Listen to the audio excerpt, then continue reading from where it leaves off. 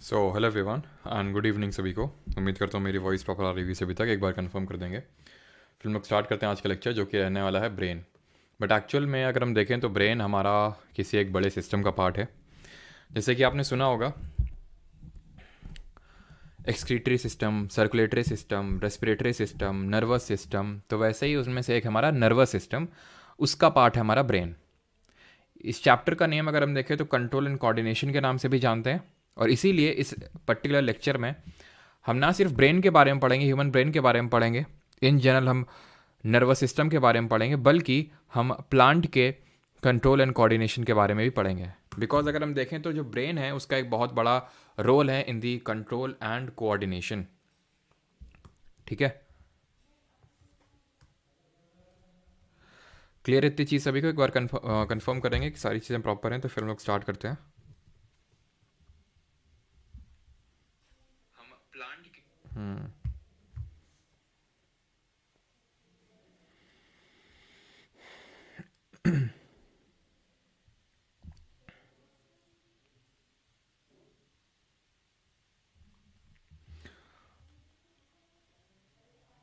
Okay, start करते हैं फिर। तो आज का जो हमारा टॉपिक है, ठीक है, ब्रेन तो हम पढ़ेंगे। ब्रेन एक हम बोल सकते हैं मेन पार्ट। एक सेकेंड, वॉइस तो आज काफ़ी कम आ रही होगी नहीं? ठीक है, तो ब्रेन तो जस्ट एक पार्ट है हमारा इस टॉपिक का, बट मेन जो हम पढ़ेंगे that will be about nervous system के बारे में पढ़ेंगे। नर्वस सिस्टम को हिंदी में बोलते हैं तंत्रिका तंत्र। ठीक है, अब ये जो तंत्रिका तंत्र है, नर्वस सिस्टम है, इसको हम दो कैटेगरी में बांट सकते हैं। एक तो सेंट्रल नर्वस सिस्टम के बारे में पढ़ेंगे, central nervous system, in short CNS में बोल सकता हूं, एंड दूसरे को बोलते हैं पेरिफेरल नर्वस सिस्टम। हिंदी में अगर मैं बोलूं तो इसको बोलेंगे केंद्रीय तंत्रिका तंत्र, और इसको बोलेंगे परिधीय तंत्रिका तंत्र। जो सेंट्रल नर्वस सिस्टम है, हम दो चीज़ें पढ़ते हैं इसमें। एक तो होता है हमारा ब्रेन, ठीक है, जो ब्रेन, ये टॉपिक यहाँ पे मैंने रखा ब्रेन, ठीक है, एंड दूसरा होता है इसका पार्ट स्पाइनल कॉर्ड, जिसको हम बोलते हैं रीढ़ की हड्डी। पेरिफेरल नर्वस सिस्टम में अगर बात करें तो जितनी भी हमारी नर्व्स होती हैं, जितनी भी हमारी नर्व सेल्स होती हैं, वो इसका पार्ट होती हैं। अब ये नर्व सेल्स क्या होती हैं? तो एक्चुअल में जो हमारा ब्रेन है, जो हमारा स्पाइनल कॉर्ड है, जो रीढ़ की हड्डी है, से बहुत सारी इस तरह से ऐसे वायर टाइप स्ट्रक्चर निकले हुए, जिनको हम नर्व्स बोलते हैं। ये नर्व्स क्या करती हैं? ये नर्व्स इंफॉर्मेशन लेने और देने का काम करती हैं। एक्चुअल में हम, आपका पहला क्वेश्चन ये होना चाहिए था कि नर्वस सिस्टम पढ़ क्यों रहा है, इसका फंक्शन क्या होता है। ठीक है, अगर हम बात करते हैं सर्कुलेटरी सिस्टम, तो उसमें हम मेनली हार्ट के बारे में पढ़ते हैं, और उसमें वो ब्लड को सर्कुलेट करने का काम करता है। उसी तरह अगर हम नर्वस सिस्टम की बात करें तो इसका काम सिर्फ इतना है, सिर्फ इतना ही है, लेकिन सबसे इंपॉर्टेंट इसी का ही है, एंड दैट इज कि बॉडी से जो भी इंफॉर्मेशन मिल रही है, अब बॉडी में हमारे 5 सेंसरी ऑर्गन्स हैं। ठीक है, 5 सेंसरी ऑर्गन्स हैं, उनके बारे में भी अभी हम पढ़ने वाले हैं, जैसे कि टेस्ट हो गया, टच हो गया, फील हो गया, साइट हो गया, हियरिंग हो गया। ये सब हमारे 5 सेंसर्स होते हैं, जिनके थ्रू स्मेल हो गया, जिसके थ्रू हम पता लगा पाते हैं, इनपुट ले पाते हैं। तो ये हमारे इनपुट डिवाइसेस हो गए, जैसे आप कंप्यूटर में पढ़ते हो keyboard, mouse, joystick, these are kind of input devices. तो उसी तरह से तो ये बॉडी से, या फिर बॉडी के जो सेंसरी ऑर्गन्स हैं उनसे, जो 5 सेंसरी ऑर्गन्स हैं उनसे इंफॉर्मेशन लेंगे, देंगे ब्रेन को, और ब्रेन जो है उस पर रिएक्ट करेगा, और बॉडी उस हिसाब से रिएक्ट करेगी। जैसे फॉर एग्जांपल, अगर आप जो है आप गए बाहर की, ठीक है, बाहर गए आप, ठीक है, और आपको कोई दिख गया, दिल की धड़कनें तेज आपकी, है कि नहीं? दिल की धड़कनें तेज और एकदम चेहरा लाल, गुलाबी गुलाबी लेकिन फिर साइड में आपने देखा कि इनके फादर भी साथ में, इनका भाई भी साथ में। अब जो है गुलाबी से पीला हो जाएगा आपका येलो फेस और अब आप अलग तरह से रिएक्ट करेंगे। क्यों? क्योंकि आपकी आंख ने अब जो भी सिग्नल भेजा, उसके हिसाब से आपके ब्रेन में जो इन्फॉर्मेशन स्टोर्ड है, उस हिसाब से फिर आपने रिएक्ट किया। ब्रेन में भाई ये इन्फॉर्मेशन स्टोर्ड है कि भाई डेंजर है ये तो ये डेंजर है, ठीक है। तो आपने जब पहले सिर्फ एक पर्सन को देखा तो आपके मन में अलग तरह का ख्याल आया कि भाई साइड में ओयो है और ये सब चीज़ें ठीक है, तो आपके दिमाग में सारी चीज़ें चलने लगी कि कैसे आगे चीज़ें बढ़ाई जाएं, लेकिन फिर आपने ये चीज़ें देख ली तो फिर अलग तरह से आपका जो है आपका बॉडी का रिएक्शन हुआ। तो क्यों हुआ? क्योंकि आपके सेंसरी ऑर्गन से जो इन्फॉर्मेशन मिली ब्रेन को, फिर ब्रेन ने आपको बताया कि अब कैसे रिएक्ट करना है। लेकिन पता है तुम्हें, स्पिरिचुअलिटी में एक इससे भी ऊपर चीज़ होती है कि you are not your brain, आप ब्रेन को कंट्रोल कर रहे हैं, है ना। जैसे कृष्ण जी अर्जुन जी को बोलते हैं कि वो जो घोड़े हैं, ये ब्रेन इज़ लाइक घोड़े, जो हमारे सेंसरी ऑर्गन्स हैं आर लाइक घोड़े, ठीक है, ये भागते हैं विषयों की ओर, ये विषय हैं ये विषय हैं। तो जो हमारे घोड़े हैं वो समझ रहे हैं किन घोड़ों की बात कर रहा हूँ मैं, तो ये यानी हमारे जो सेंसरी ऑर्गन्स हैं वो घोड़ों की तरह हैं, वो इसके पीछे भागेंगे, ठीक है। सेम हर चीज़ के लिए ट्रू है, ठीक है, मतलब मेल फीमेल सबके लिए ट्रू है, हर चीज़ के लिए ट्रू है। अब जैसे किसी को खाने को देखा उसने, तो उसका मतलब जो ये टंग है वो उसमें उसका कंट्रोल नहीं रह गया, ठीक है। तो वो आपके सेंसरी ऑर्गन्स भागेंगे, लेकिन आपको जो है सारथी बनना है अपने घोड़ों का, और अपने घोड़ों को वहाँ दौड़ाना है जहाँ आप चाहते हैं, आपका गोल है, ठीक है। तो ये कृष्ण जी ने अर्जुन जी को बोला था, ठीक है। तो ये घोड़े कौन है उनको देख लेते हैं। तो ये हैं वो 5 घोड़े। एक तो जो सुनता है, ठीक है, एक जो सुनाता है और मतलब टेस्ट करता है काफ़ी चीज़ों को, हैंड जो टच करता है, नोज़ जो स्मेल करता है, और आई जो देखती है, ठीक है। तो अब हम यहाँ पे देख लेते हैं कि भाई इनको एक्चुअल क्या होता है, इसमें रिसेप्टर्स होते हैं। तो किसको क्या रिसेप्टर्स, किस में कौन से रिसेप्टर्स होते हैं। जैसे कि हम आइज़ में अगर बात करें तो फोटो रिसेप्टर्स होते हैं, और ये गेस करना कोई बहुत डिफिकल्ट पार्ट नहीं, फोटो का मतलब ही लाइट होता है, तो इसमें फोटो रिसेप्टर्स होते हैं, ठीक है। इसमें जो आपका सुनने वाला पार्ट है, हियरिंग, इसमें आपके फोनो रिसेप्टर्स होंगे, फोनो रिसेप्टर्स होंगे, फ़ोन, ठीक है, फ़ोन से आप सुनते हैं, इस तरह से याद कर सकते हैं। स्मेल से अगर बात करें तो इसमें आपके होते हैं ऑल्फैक्टरी रिसेप्टर्स, ठीक है, ऑल्फैक्टरी। जो आपका टेस्ट होता है उसमें होते हैं गस्टेटरी, ठीक है, गस्टेटरी। एंड जो हैंड होता है इसमें होता है, इसको हम टैक्टाइल के नाम से भी जानते हैं, जिसको टच बोलते हैं, इसमें होते हैं हमारे थर्मो रिसेप्टर्स, ठीक है, थर्मो रिसेप्टर्स। इतनी चीज़ सभी को क्लियर। अभी मैंने आपको क्या बताया कि आज का जो हमारा टॉपिक है दैट वुड बी कि हम पढ़ेंगे नर्वस सिस्टम के बारे में, तंत्रिका तंत्र के बारे में, ठीक है। हम पढ़ेंगे तंत्रिका तंत्र के बारे में, और उसके 2 प्रकार होते हैं, सेंट्रल नर्वस सिस्टम और पेरिफेरल, यानी कि केंद्रीय तंत्रिका तंत्र और परिधीय तंत्रिका तंत्र। सेंट्रल में हम 2 चीज़ों के बारे में पढ़ेंगे, brain and spinal cord. Actual में पढ़ेंगे एक ही के बारे में, मेन तो हमारा ब्रेन ही है, स्पाइनल कॉर्ड के बारे में सच कुछ नहीं पढ़ना है। एंड दूसरी हमारी पेरिफेरल नर्वस सिस्टम, जिसमें कि हमारी नर्व्स आती हैं। नर्व्स क्या होती है, मैंने होता है जो हमारा सिग्नल लेने देने का इन सब का काम रहता है, ठीक है। यहाँ तक किसी कोई डाउट तो नहीं है?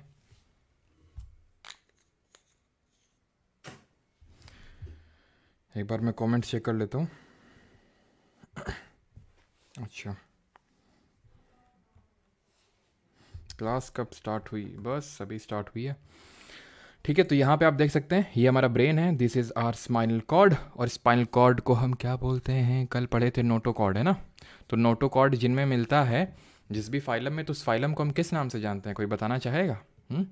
या फिर आईपीएल में कल पूरा दिमाग लगा हुआ था, तो नर्व्स, ठीक है, ये नर्व्स निकलती हैं ऐसे। क्लियर इतनी चीज़ सभी को? यहाँ तक आगे बढ़ा जाए तो हम पढ़ेंगे ह्यूमन ब्रेन के बारे में, ठीक है। क्योंकि हमने अभी पढ़ा 2 पार्ट होते हैं नर्वस सिस्टम के, सेंट्रल पेरिफेरल, उसमें सेंट्रल के 2 पार्ट, ब्रेन स्पाइनल कॉर्ड। तो हमें ये 3 पार्ट निकाले ना, हमें इसमें सिर्फ ब्रेन के बारे में पढ़ना है, ठीक है, सिर्फ और सिर्फ ब्रेन के बारे में पढ़ना है यहाँ पे हमें। तो ब्रेन में आते हैं। अब ब्रेन की अगर हम बात करें तो ब्रेन में इतना तो सबको पता होगा कि ऊपर जो है इसके 2 पार्ट अगेन हम बोल सकते हैं। एक तो जो कठोर हिस्सा है ऊपर हमें दिखता है एकदम हार्ड, और ये पहले आंसर देता हूँ मैं, नहीं तो मेरी दिमाग जो है शांत रहेगा। ये नोटोकॉर्ड जो है आपको देखने को मिलता है, उनको बोलते हैं कोर डेटा, ये चुरा ले गए थे डेटा को, चोर डेटा है ये, ठीक है।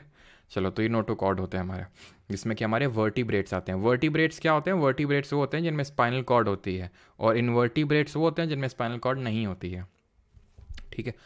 तो ह्यूमन ब्रेन की अगर हम बात करें तो सॉलिड पार्ट होगा ऊपर, खोपड़ा जिसको बोलते हैं, कपार जिसको बोलते हैं हमारे गाँव में, कपार, ठीक है।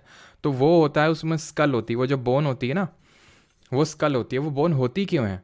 वो जो स्कल है ये होती इसलिए सो दैट ये जो सॉफ्ट पार्ट है, ये जो ब्रेन का सॉफ्ट पार्ट है, इसको प्रोटेक्ट किया जा सके। अब ये जो स्कल है, स्कल में ये क्या है? बोन्स है, ये क्या हड्डी है, हड्डियों का पूरा ढांचा है। इसमें टोटल 22 हड्डियां आती हैं, 22 बोन्स आती हैं। 14 होती हैं आपकी फेसियल, जो फेस में होंगी, यानी चेहरे की हड्डियाँ। और इसमें से जो 8 हड्डियाँ होती हैं वो होती हैं आपकी क्रेनियल, जिनको बोलते हैं कपाल की हड्डियाँ, ठीक है, क्रेनियल, फेसियल एंड क्रेनियल। अभी फेसियल क्रेनियल का मतलब है क्या? तो ये भाई फेसियल बोन्स है, जैसे आपकी जॉ बोन हो गई, आपकी नोज़ में, आपकी आईज़ में, ठीक है। तो ये सारा जितना फेस में आपका पूरा बोन है ना, ये आप देख लो, नेजल में 2, लैक्रिमल में यानी आँख वाले में है ना, लैक्रिमल ग्लैंड से तुम्हारे आंसू रिलीज करते हैं, ग्लैंड के बारे में आज हम लोग पढ़ेंगे, है ना, ठीक है। प्लांट हार्मोन के बारे में पढ़ेंगे, बड़ा मजा आएगा। आपका पैलेंटीन, जिगोनाटिक, वोमर, ये सब आपके क्या होते हैं, आपको ये याद करने की जरूरत नहीं है, ठीक है, कितने में कितनी होती है, बस इतना याद रखो। 14 फेशियल होती हैं और 8 यहाँ पे क्रेनियल होंगी। क्रेनियल मतलब कपाल की, मतलब कि जो सिर के ऊपर वाला भाग है वहाँ पे जो आपको देखने को मिलेगा उसको बोलते हैं कपाल की हड्डियाँ, ठीक है। अब सॉफ्ट पार्ट पे आ जाते हैं। अब सॉफ्ट पार्ट पे जब हम आएंगे ना, तो यहाँ पे हमें पता है क्या देखने को मिलेगी। ये जो हमारा सॉफ्ट पार्ट है ये बड़ा फैटी है, फैट का बना हुआ है, मतलब बहुत ज़्यादा फैटी है ये जो हमारा ब्रेन होता है। तो ये जो आप ये लेयर देख पा रहे हो ना, जो मैं रेड से बना रहा हूँ, ये वाली ब्रेन, इसको, इस लेयर को बोलते हैं मेनिंजिस। क्या बोलते हैं इसको? मेनिंजिस, मेनिंजिस, ठीक है। ये आप ऊपर देख पा रहे हैं स्कल है, स्कल, ठीक है, और ये आप देख पा रहे हैं मेनिंजिस। अब मेनिंजिस का जो ऊपर वाला भाग है यहाँ पे आपको देखने को मिलेगा ड्यूरा मैटर, यानी कि मेनिंजिस और स्कल के बीच में ये एक तरह का आपको देखने को मिलेगा जिसको बोलते हैं ड्यूरा मैटर। वैसे ये भी होता है, एरेक्नॉइड भी होता है, पिया मैटर भी होता है, लेकिन वो आपको याद करने को इतनी ज़्यादा ज़रूरत है नहीं। ये सब आपको देखने को मिलेंगे किसके ऊपर? मेनिंजिस के ऊपर। और ये क्यों होते हैं? सो दैट डायरेक्ट कॉन्टैक्ट में, ऐसा ना हो कि भाई जो एकदम सॉलिड पार्ट है और एकदम सॉफ्ट पार्ट है वो आपस में डायरेक्टली कॉन्टैक्ट में रहें। तो उसके बीच में एक सेमी सॉलिड टाइप आप चीज़ मान सकते हो जिसको हम बोलते हैं ड्यूरा मैटर। नीचे अरेक्नॉइड होता है और उसके नीचे पिया मैटर होता है। क्लियर इतनी चीज़? स्कल देख लिया और थोड़ा सा मेनिंजिस। अब यही एक अपने डिजीज़ का नाम हो सकता है, सुना हो, मेनिंजाइटिस। ये जो मेनिंजाइटिस करके जो डिजीज़ है तब होती है जब कुछ बैक्टीरियल या फिर कभी कभी वायरल और फंगल भी इन्फेक्शन हो सकता है। यहाँ पे यूजुअली बैक्टीरियल इन्फेक्शन होता है मेनिंजिस में, जिसकी वजह से मेनिंजिस में स्वेलिंग आ जाती है और उस डिजीज़ को बोलते हैं मेनिंजाइटिस। क्लियर इतनी चीज़? अब ये जो ह्यूमन ब्रेन है ना, इसकी कुछ कैरेक्टरिस्टिक्स पढ़ लेते हैं, जैसे कि कुछ फैक्चुअल चीज़ें पूछ लेता है कि जैसे ब्रेन का वेट कितना होता है। तो ब्रेन का जो वेट होता है ये रफली 1400 ग्राम होता है। देख लो कितना, मतलब रफली 1.5 मतलब 1.5 kgs अगर हम देखें तो, है कि नहीं? तो रफली 1 किलो ही है अगर हम देखें, 1.5 किलो के समथिंग। यानी कि अगर हम ह्यूमन बॉडी से अगर कैलकुलेट करें तो रफली आपका पता है ये 2% के समथिंग आता है, ठीक है, 2% के समथिंग। जैसे कि फॉर एग्जांपल एक एवरेज का अगर हम बात करें तो 70 किलो का एक एवरेज अडल्ट का वेट होता है, 70 किलो का। तो इसका 2% निकालेंगे तो कितना आएगा? 2% निकालेंगे तो कितना आएगा? डेढ़, ऐसा ही 1.4 kgs ही आएगा अगर आप निकाल के देखोगे 2%। तो अगर हम एक तरह से बोल सकते हैं कि जो ब्रेन है पूरे हमारे बॉडी मास का 2% है। And you would be surprise to know ये मेल्स में होता है, मतलब ये चीज़ सरप्राइज नहीं है जो भी मैं बताऊँगा, ठीक है। और ये फीमेल्स में होता है 1300 ग्राम, मतलब थोड़ा सा कम होता है। अब मुझे पता है तुम लोग किस तरह कमेंट करोगे, खासकर बॉयज़, लेकिन मैं बता दूं कि वो इन जनरल होता है। जैसे कि जो फीमेल्स होती हैं उनका वेट कम होता है। तो भाई वेट कम होता है तो फिर कहाँ से कम होता है? जैसे कि कुछ ग्राम हो गया, 100 ग्राम, या ब्रेन से कम हो गया, थोड़ा सा हार्ट से कम हो गया, मतलब डिफरेंट ऑर्गन का मिला मिला के थोड़ा थोड़ा थोड़ा थोड़ा थोड़ा ओवरऑल ये थोड़ा सा कम हो जाता है फीमेल्स का वेट, इसीलिए होता है वो, ठीक है। बाकी ऐसा नहीं होता कि मतलब कम दिमाग होता है और वो फिर स्कूटी से जाएंगे तो पैर लगाएंगी, ठीक है, वो सारी चीज़ें रिलेट नहीं करनी आपको, ठीक है। एंड जो एक, ये तो अडल्ट की बात हो रही है, ठीक है। वैसे अगर हम चाइल्ड की बात करेंगे तो रफली 300 ग्राम, 300 से 400 ग्राम ऐसा वेट होता है। सरप्राइजिंग बात यह है कि मैंने आपको पहले ही बताया था क्या, डीप ब्रीथ करने के लिए। क्यों? क्योंकि भले ये 2% ऑफ बॉडी वेट है लेकिन 20% ऑफ ऑक्सीजन एंड ग्लूकोज लेता है बॉडी का। जो भी आप खाते हैं तो ग्लूकोज उससे मिलता है और जो भी आप सांस लेते हैं, इनहेलेशन करते हैं, तो ऑक्सीजन मिलती है। तो 20% ब्रेन, तो इसीलिए अगर ऑक्सीजन सप्लाई ब्रेन अगर बॉडी में रुकेगी तो सबसे पहले brain is the organ which gets affected, क्योंकि 20% उसको चाहिए, मतलब 2% है बॉडी मास का लेकिन 20% चाहिए। तो इसीलिए इनहेलेशन करते रहें, ठीक है। मेरे लिए तो काफ़ी ज़्यादा ज़रूरी है, सो दैट मैं रिकॉल करता रहूँ चीज़ों को, है ना। क्यों? अभी आज इस लेक्चर में आपको पता चलेगा कि जो चीज़ें मेरे या फिर आपके दिमाग में स्टोर्ड हैं तो वो कहाँ पे स्टोर्ड हैं, वो आज आपको पता चलेगा, लेकिन कॉन्टिन्यूसली आप इनहेलेशन करते रहेंगे, ठीक है। मैं तो साथ साथ डीप इनहेलेशन नहीं कर सकता बिकॉज मुझे बोलना भी होता है, इसीलिए मैं डीप इनहेलेशन कर लेता हूँ बीच में। उससे अगर आपको थोड़ा वियर्ड लगता हो तो फिर लगता रहे, क्योंकि वही वो ज़रूरी है मेरे लिए, है ना। आपके लिए भी ज़रूरी है, लेकिन आप तो कर सकते हैं क्योंकि आपको तो कॉन्टिन्यूसली बोलना नहीं है ना। खैर, अभी आते हैं आगे। अब ये साइनैप्स क्या सर? साइनैप्स तुम्हें पता है क्या है? ये दो न्यूरॉन के बीच का गैप है। सर न्यूरॉन क्यों पढ़ रहे हैं? न्यूरॉन इसलिए पढ़ रहे हैं क्योंकि न्यूरॉन ये सेल है, एक हमने पढ़ा था, ये लॉन्गेस्ट सेल होती है ह्यूमन बॉडी में, सबसे लंबी है और मेल्स में सबसे बड़ी है। लॉन्गेस्ट सेल है in general in human body, और लार्जेस्ट है इन मेल। लार्जेस्ट है मेल में, क्योंकि ओवर और लार्जेस्ट तो ओवम होता है ना, जो कि फीमेल में है, मेल में तो होता नहीं है। तो फिर मेल में क्या होता है? न्यूरॉन होता है। और इन जनरल भी फीमेल्स और मेल दोनों में लॉन्गेस्ट लंबी न्यूरॉन होती है। ये जो आपका नर्वस सिस्टम है, पूरा नर्वस सिस्टम, वो न्यूरॉन सेल से ही बना हुआ है। न्यूरॉन सेल्स, अब इनकी खास बात पता है क्या होती है? वैसे हमने पढ़ा था सेल डिवाइड होता है सर, जैसे पुरानी सेल से नई सेल बन गई, पुरानी सेल से नई सेल बन गई। इनके साथ खासियत होती है पुरानी सेल से नई सेल नहीं बना पाती, एक बार बन गई तो बन गई। तभी किसी के ब्रेन में चोट लग जाती है, ब्रेन हैमरेज हो जाता है, कुछ भी होता है, तो वो परमानेंट वो हमेशा के लिए हो जाता है, वो ख़त्म, उसका मतलब मेमोरी ख़त्म हो जाएगा या फिर मूवमेंट। क्योंकि अभी हम देखेंगे ब्रेन के डिफरेंट पार्ट्स होते हैं, जो कोई मेमोरी के लिए रिस्पॉन्सिबल है, कोई मूवमेंट के लिए रिस्पॉन्सिबल है। तो जो भी पार्ट अफेक्ट हो गया सो हो गया, वो परमानेंट फिर हो जाता है वो इफेक्ट। ये होता है, न्यूरॉन सेल्स डिवाइड नहीं कर पाते हैं खुद को। तो ये एक बेसिक यूनिट हम बोल सकते हैं नर्वस सिस्टम की, तंत्रिका तंत्र की बेसिक यूनिट है। बेसिक यूनिट हमारे लाइफ की सेल है और ये एक टाइप की सेल ही है। इसका स्ट्रक्चर पढ़ा था कि डेंड्राइट, जो कि resembling like a branch of a tree, पेड़ की शाखा की तरह लग रहे हैं। देन सेल बॉडी, इसी को हम साइटोन के नाम से भी जानते हैं। देन ये न्यूक्लियस है। देन ये पूरी जो आपको, मतलब मैंने आपको इसको एक एनालॉजी ड्रॉ करी थी फ्रॉम अ प्लांट। तो प्लांट में ये डिफरेंट ब्रांचेस हो गई। ये प्लांट की हमारी वो जो है ना, वो क्या बोलते हैं उसको, ट्रंक, ठीक है, ट्रंक ये हो गया। एंड ये इसके नीचे जो गई, जो एक्सन टर्मिनल है, इसके रूट्स हो जाएंगे, ठीक है।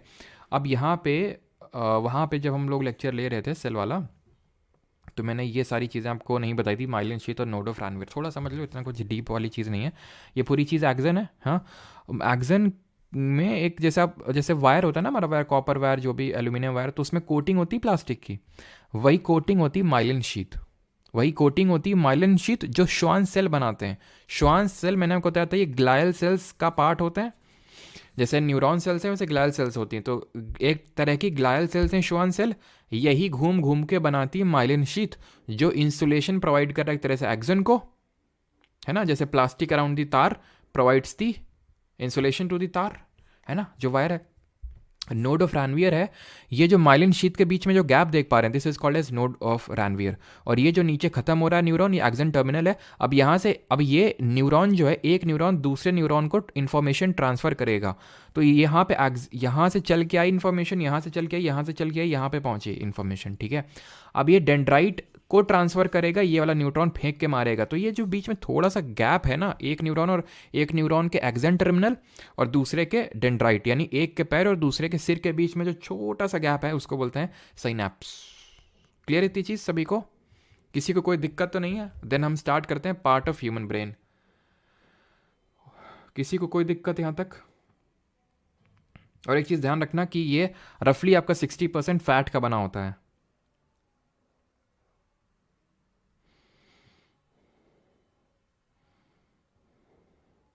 सर आप स्मार्ट बोर्ड पे कब से स्टार्ट कीजिएगा? बस कल से। स्मार्ट बोर्ड पता है मैं जानबूझ के नहीं पढ़ाता हूँ। तुम लोग को साइंटिफिक रीज़न नहीं पता इसके पीछे का। साइंटिफिक रीज़न है, साइंटिफिक रीज़न ये है कि भाई अगर फॉर एग्जांपल आप उस चीज़ को ऑब्जर्व भी कर सकते हो, एंड इट इज़ ट्रू, ठीक है, मैं मजाक नहीं कर रहा हूँ, इट इज़ ट्रू ऑल्सो, कि जैसे कि जब आपको अगर मान लो कि कोई कुछ कह रहा है और उस पर एकदम फोकस करना है, तो उसकी तरफ देखिए मत।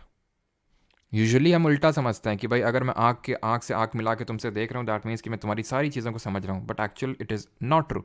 अगर मैं तुम्हारे आँख से साइड या फिर आँख बंद कर लूँ और फिर तुम्हारी सिर्फ ऑडिटरी इन्फॉर्मेशन को लूँ, 5 सेंसरी इन्फॉर्मेशन है ना, यानी कि मैंने अब 5 सेंसरी इन्फॉर्मेशन पढ़ी थी, तो जो आपने साइट वाला है, आँख वाला, वो बंद कर दिया, फोटो रिसेप्टर्स को बंद कर दिया, तो वहाँ से तो कुछ इन्फॉर्मेशन आ ही नहीं रही। तो जो आ रही है वो ऑडिटरी के थ्रू आ रही है, ठीक है, ऑडिटरी ले रहे हैं आपके, और ये ब्रेन को पूरी इन्फॉर्मेशन वहाँ पे पहुँचाएंगे। लेकिन अगर आपने जितने ज़्यादा सेंसरी रिसेप्टर्स से काम करवाया, उतनी ही कम इन्फॉर्मेशन जाती है, ठीक है, तो बस इसीलिए मैं नहीं लेता हूँ, नहीं तो फिर लेने को तो मैं ले लूँ, सो दैट आप चीज़ें ज़्यादा सीखें।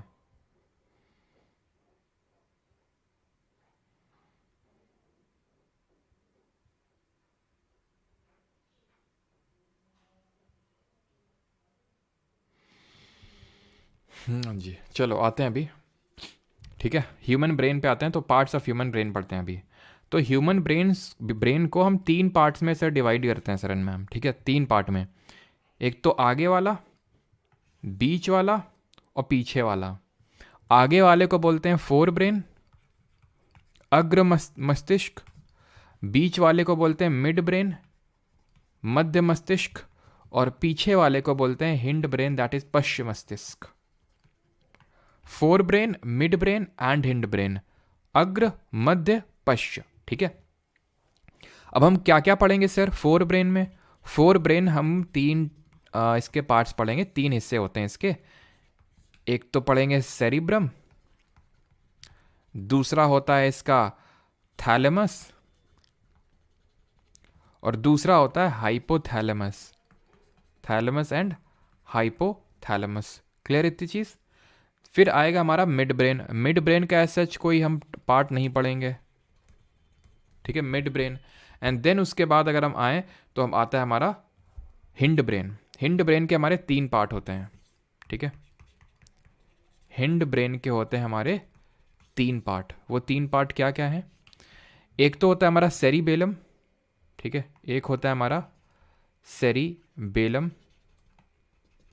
दूसरा होता है मेडुला ऑब्लोंगोटा, जिसको कि मेरू मज्जा के नाम से जानते हैं, मेडुला ऑब्लोंगोटा। एंड तीसरा होता है आपका पॉन्स, जिसको बोलते हैं, यहाँ पे आप चाहें तो देख भी सकते हैं, नहीं तो हम आगे अभी देखेंगे जी, ठीक है। ये आगे का सेरिब्रम, यहाँ पे आपका देख रहे हैं सेरिबेलम है, यहाँ पे आपका पॉन्स है, ये आपका मेडुला ऑब्लोंगोटा है, एंड देन यहाँ से स्पाइनल कॉर्ड स्टार्ट हो जाएगी, ठीक है। चलिए अभी आते हैं और पढ़ते हैं पार्ट्स ऑफ ब्रेन में। सबसे पहला दैट इज फोर ब्रेन, अग्र मस्तिष्क। फंक्शन नहीं पढ़ना है, याद करो टिश्यू वाला चैप्टर जब हम आ रहे थे परमानेंट टिश्यूज़ को, तो मैंने फंक्शन याद करने नहीं बोला था, मैंने बोला था कि जो आपके परमानेंट टिश्यू है उसमें आप पढ़ोगे सिंपल कॉम्प्लेक्स। सिंपल में आप पढ़ोगे कि पैरेन्काइमा, कोलिनकाइमा, स्क्लेरेन्काइमा, देन कॉम्प्लेक्स में जाइलम, फ्लोएम। तो जब आप उनके पढ़ोगे फंक्शंस तो आपको अपने आप जनरलाइज हो जाएंगी चीज़ें कि भाई इनका ये जो पूरा परमानेंट टिश्यू इसका क्या फंक्शन होगा, है ना। चलिए तो हम आते हैं फोर ब्रेन में। 3 पार्ट मैंने बताया, सेरिब्रम, थैलेमस एंड हाइपोथैलेमस। तो सबसे पहले सेरिब्रम, ब्रैकेट में लिखा हुआ है मेमोरी इन शॉर्ट, ठीक है। इन शॉर्ट बस मेमोरी आपको याद रखना है। सेरिब्रम जो है मेमोरी के लिए रिस्पॉन्सिबल होता है। अब सेरिब्रम की अगर हम बात करें तो ये लार्जेस्ट पार्ट होता है हमारे ब्रेन, सिर्फ फोर ब्रेन का ही नहीं, पूरे ब्रेन का भी लार्जेस्ट पार्ट होता है सेरिब्रम, पूरे ब्रेन का भी। ये लगभग आप ये मान के चलो कि जो पूरा ब्रेन है उसका 2/3 जो पार्ट है वो सेरिब्रम का ही बना हुआ है। सेरिब्रम को हम 5 पार्ट में डिवाइड करते हैं। एक तो इसका जो आगे का हिस्सा है फ्रंटल लोब बोलते हैं, ठीक है, नीचे का टेम्पोरल लोब, ऊपर का पैराइटल लोब और पीछे का ऑक्सीपिटल लोब, ऑक्सीपिटल लोब बोलते हैं। अब यहीं पे जो टेम्पोरल वाला है, जो नीचे वाला है, यहीं पे आपका लोकेटेड है इस हिप्पोकैम्पस। हिप्पोकैम्पस करके एक जानवर होता है जिसको समुद्री घोड़ा बोलते हैं, सुना आपने हिप्पोकैम्पस? हिप्पोकैम्पस शेप का ये एक टेम्पोरल लोब में सेरिब्रम में लोकेटेड होता है ये पार्ट, जो क्या करता है, जो करता है मेमोरी को स्टोर। तो मेमोरी का जो स्टोरेज होता है वो पीछे की तरफ होता है हिप्पोकैम्पस में, ठीक, क्लियर इतनी चीज़? तो सेरिब्रम का मेन काम क्या होता है सर? ये पूरी तरह से मेमोरी के लिए रिस्पॉन्सिबल होता है कि आपको कितनी चीज़ें याद रहेंगी, कितनी नहीं याद रहेंगी, ये सारा कुछ डिटरमाइन करता है हमारा कौन? सेरिब्रम, जिसको प्रमस्तिष्क के नाम से भी हम जानते हैं। इसको हम 4 पार्ट में डिवाइड करते हैं, ठीक है, 4 लोब्स में डिवाइड करते हैं। वो 4 लोब्स कौन सी हैं? Frontal lobe, temporal lobe, parietal lobe और ऑक्सीपिटल लोब। टेम्पोरल लोब में ये हमारा हिप्पोकैम्पस जो मेमोरी स्टोरेज के लिए रिस्पॉन्सिबल है, ठीक है। तो अगर आपको मेमोरी अच्छी करनी है तो सेरिब्रम को बढ़िया तेज करिए अपने। थैलेमस पे आते हैं जो इसका दूसरा पार्ट है, ये पेन एंड सेंसेशन के लिए रिस्पॉन्सिबल है। एक्चुअल में ये जो थैलेमस है हमारी 3 सेंसरी ऑर्गन्स को कंट्रोल करने का काम करता है, ठीक है। एक तो हो गया हमारा जैसे कि सेंसेशन है, तो सेंसेशन किससे होता है? हमें सेंसेशन होता है त्वचा से, that is tactile, that is touch. दूसरा होता है हमारा टच के अलावा नोज, एंड तीसरा होता है हमारा टच हो गया, दैट इज स्किन को कंट्रोल करेगा, स्किन वाला हो गया, नोज को कंट्रोल करेगा एंड आपका टंग को कंट्रोल करेगा, नहीं जीभ को, ठीक है। तो थैलेमस एक तरह से जो हमें आउटर सेंसेशन होते हैं, पेन एंड सेंसेशन, जैसे कि अगर मैंने छुआ एकदम से मुझे बहुत गर्म लगा तो वो थैलेमस की वजह से हुआ। कुछ भी लगा मुझे, मैंने छुआ तो मुझे पता चल गया, मेरी आंखें बंद है, मैंने किसी को टच किया है ना, लोग तो चेहरा टच करके ही बता देते हैं कि कौन है ना। तो वो चीज़ कैसे हो पाती है, वो चीज़ थैलेमस की वजह से हो पाती है, क्योंकि वही सेंसेशन के लिए रिस्पॉन्सिबल होता है ना। तो कोल्ड हो गया, हॉट हो गया, जो भी हो गया, वो सब सेंसेशन थैलेमस देता है। हाइपोथैलेमस क्या देता है? Hypothalamus regulates the body temperature, ये हार्मोन भी रिलीज करता है, यहाँ पे ग्लैंड होता है, हम आगे पढ़ेंगे ग्लैंड में। ये बॉडी टेम्परेचर को रेगुलेट करता है, हंगर, थर्स्ट एंड स्लीप, यानी कि भूख, प्यास, नींद, जितनी अंदर की चीज़ें हो रही हैं, बॉडी टेम्परेचर। अब जैसे कि अगर कोई फॉरेन पार्टिकल एंटर कर जाता है बॉडी में, तो हमें हमारा बॉडी का टेम्परेचर बढ़ जाता है सो दैट वो किल हो सके, और उसी को हम फीवर बोलते हैं। तो फीवर एक अच्छी चीज़ होती है जिसकी वजह से हमारा जो, अगर हमने कोई फॉरेन चीज़ एंटर करी है विच इज़ अनवांटेड, तो वो किल हो जाती है उसके थ्रू। तो ये बॉडी टेम्परेचर को रेगुलेट करता है। हंगर, थर्स्ट, स्लीप, यानी प्यास लग रही है, भूख लग रही है, ठीक है, नींद लग रही है, वो सब हाइपोथैलेमस देखता है। यानी अंदर की चीज़ें हाइपोथैलेमस, थैलेमस देखता है बाहर की चीज़ें, बाहर जो चीज़ तुम टच करोगे, एंड सेरिब्रम मेमोरी को देखेगा। And it is the largest part not only the fore brain but also of the complete brain also, ठीक है। अब आते हैं मिड ब्रेन पे।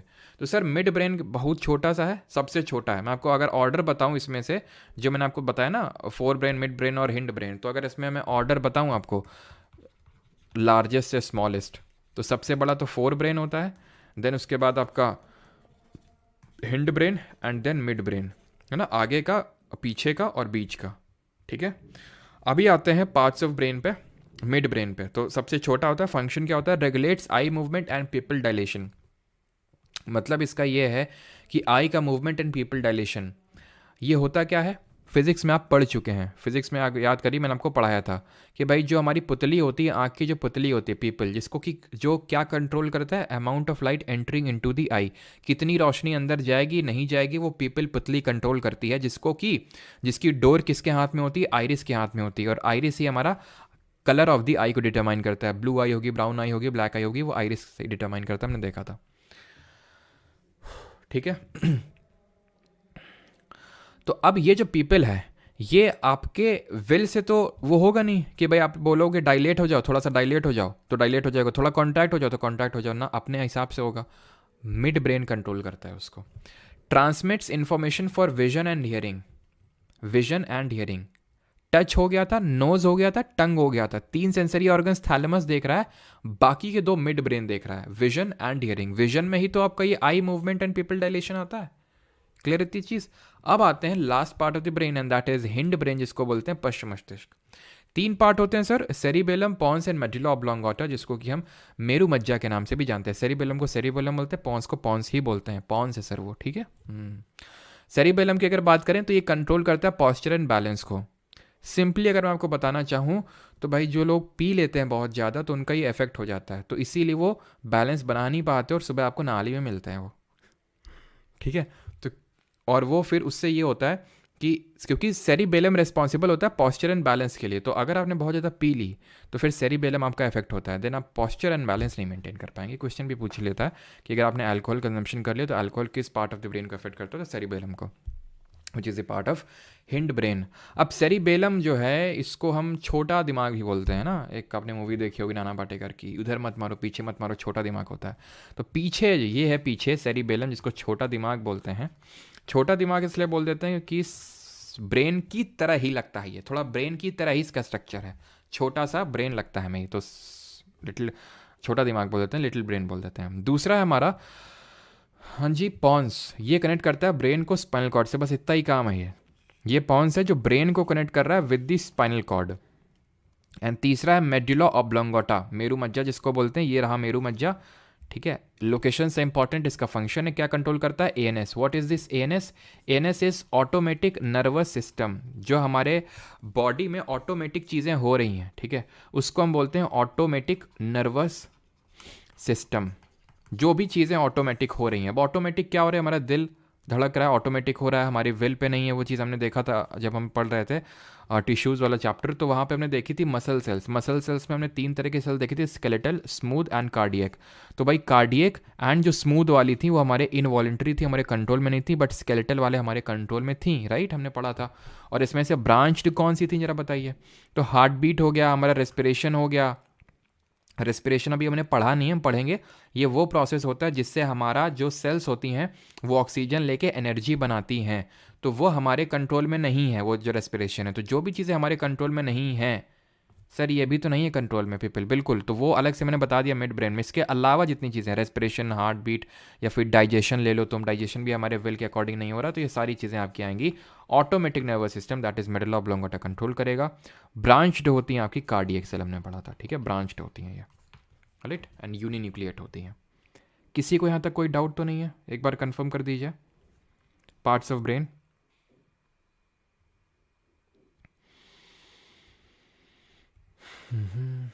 खत्म हो गया हमारा ब्रेन। अब आते हैं प्लांट हार्मोन्स पे।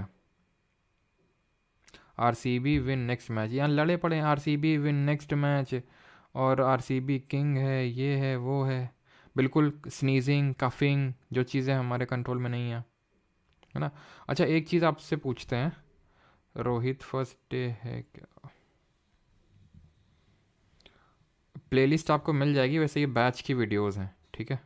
चलिए, तो एक चीज़ जो मुझे आपसे यहाँ पे डिस्कस करनी थी, यहाँ पे कहाँ गया वो फिगर, ये रहा वो फिगर। तो ये स्पाइनल कॉर्ड होती है, पता है, स्पाइनल कॉर्ड में ये देख पा रहे हो, ये इसको ऐसे टेल टाइप निकली रहती है, इसको बोलते हैं कॉकिक्स बोन, ठीक है, कॉकिक्स, ये पीछे है, ठीक है, पीछे बेटा, आगे नहीं, कॉकिक्स बोन है ये। अब ये जो कॉकिक्स है ना, इसको टेल बोन के नाम से जानते हैं, और ये माना जाता है, माना क्या जाता है ही एक्चुअल में, कि भाई हम पहले एप्स थे, है ना, बंदर थे, तो बंदरों की पूंछ होती है, तो वही पूंछ अब छोटी हो गई है, वो वही पूछ के हम इवॉल्व कर गए ह्यूमंस, हम होमोसेपियंस थे, वी वर होमोसेपियंस, है ना, हम इस जीनस और इस स्पीशीज से बिलोंग करते हैं, ठीक है। तो ये जो पर्टिकुलर हैं, अगर हम बात करें, तो टेल जो है अब नहीं रही है, टेल इवॉल्व हो गई हमारी, ठीक है। अब ये टेल, ये एक्चुअल में वो टेल का ही जरा सा पार्ट है, कॉकिक्स बोन।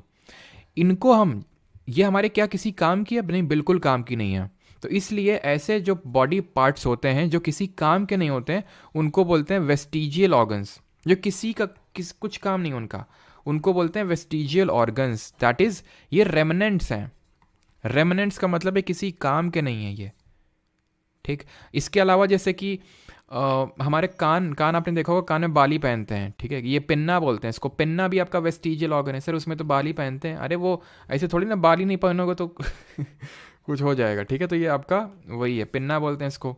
आपका जी, आपकी जो अक्कल डाल होती है, विजडम टीथ इसको बोलते हैं, ये भी आपका वेस्टिजियल ऑर्गन है, इसका भी उस सच को बहुत सबसे अंदर होता है, इसका भी उतना कोई पार्ट नहीं। तो वेस्टिजियल ऑर्गन्स, ध्यान रखना कि वेस्टिजियल ऑर्गन्स को हम किस नाम से, मतलब क्या है ये, मतलब विजडम टीथ है, टेल बोन है, और पिन्ना है, ये हमारे होते हैं, ठीक है, क्लियर है।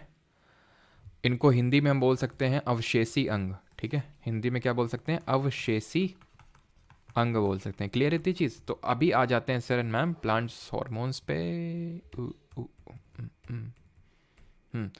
सर प्लांट हार्मोन क्यों पढ़ रहे हैं? इसलिए पढ़ने बिकॉज प्लांट बगल में बैठे रो रहा था, एक प्लांट में भी मेरे, ठीक है, बोल रहा था, मतलब क्या हम, मतलब कि प्लांट किंगडम पढ़े, एनिमल किंगडम पढ़े, ठीक है, हमारा तो तुम कुछ पढ़ा ही नहीं रहो।